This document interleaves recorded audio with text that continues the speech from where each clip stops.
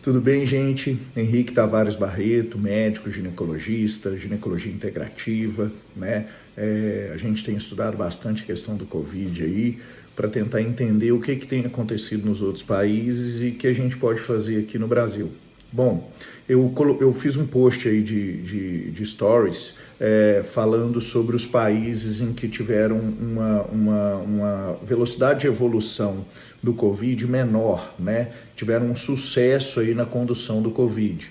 E são o Japão, Taiwan, Singapura, né? E a Coreia do Sul.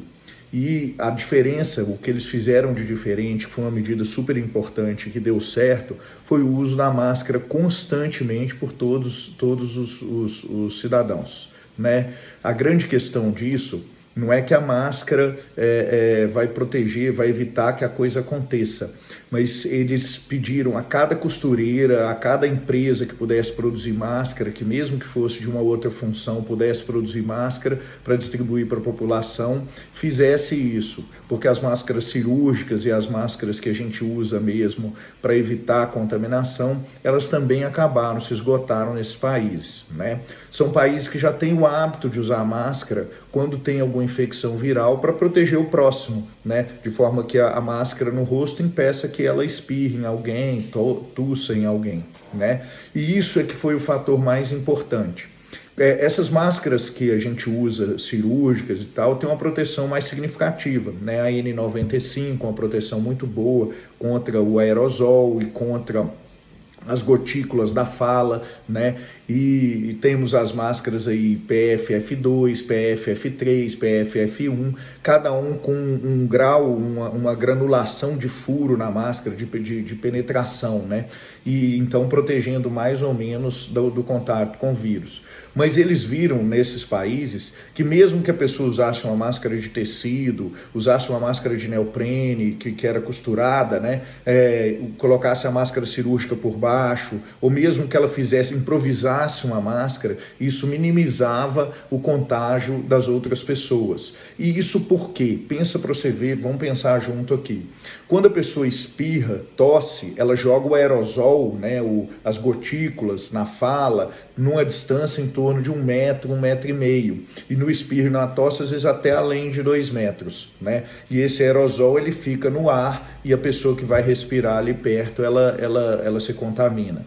Na hora que a pessoa usa uma máscara, e o que eu achei muito bonito disso é que a gente pode proteger o próximo, né? Na hora que a gente usa uma máscara, o espirro, a tosse, o aerosol, as gotículas vão ficar dentro da máscara. E a gente diminui, então, esse raio de ação aí, de contaminação das outras pessoas. A gente não está evitando que aconteça esse contato, mas, de toda forma, a gente diminui a distância, né? Se as pessoas tinham que ficar 1,5 metro, 2 metros cada uma da outra, a gente pode circular com uma certa tranquilidade e, mesmo assim, minimizar as infecções. Tá joia? E o mais bonito disso é que quando a outra pessoa está usando, ela protege você. Então, é a gente protegendo os outros e os outros nos protegendo do contato com o Covid. Tá bom? É por isso que eles usaram qualquer tipo de máscara. E eu falei aí no post que qualquer tipo de máscara ajuda a proteger, né? Ajuda a gente a evitar de ejetar, de colocar mais longe essas gotículas e esses aerosóis. Tá joia? E isso foi muito interessante, muito importante nesses países que conseguiram dominar e controlar bem o Covid, com poucas mortes e de forma que conseguiam ter assistência adequada para os pacientes graves. Tá joia? Outra coisa que é interessante a gente citar aqui é a taxa de letalidade da doença aqui no Brasil. Nas últimas estatísticas, ela tem ficado em torno de 3,5%. Só que isso é uma subnotificação. O número de casos que a gente tem colocado aqui no Brasil é subnotificado. Provavelmente a gente tem muito mais do que isso, talvez até o dobro, né? Esses casos, o que tem acontecido nos hospitais é que as pessoas que têm sintomas gripais, ou que tem tosse, ou que tem alguma característica de suspeita de Covid, e não tem gravidade, sinal de gravidade, ela é liberada para casa para confinamento domiciliar sem fazer o exame de Covid. Então a gente não tem como saber se aquela pessoa era Covid ou não era, porque a gente hoje em dia tem uma limitação da quantidade de exames e ainda não tem disponível para todo mundo o teste rápido, que faria uma avaliação do IgG e do IgM para a gente ver se a gente conseguir, se aquela pessoa teve contato com o vírus, se tem uma infecção aguda ou se já está curada ou se já teve o contato há mais tempo, né? O exame de PCR, que é o exame que é mais fidedigno, ele demora alguns dias para ficar pronto, então os resultados daquelas pessoas vão demorar um pouquinho e elas ainda entram em contato com outras pessoas, né? Mas por que eu estou falando que a letalidade daqui está superestimada? Porque se a gente tem uma população muito maior de doentes, para um número de mortos ou de lesões graves, letalidade de mortos, né? Para um número fixo de mortos, significa que aquele número de mortos é percentualmente menor em relação ao número de doentes do que o que está sendo colocado.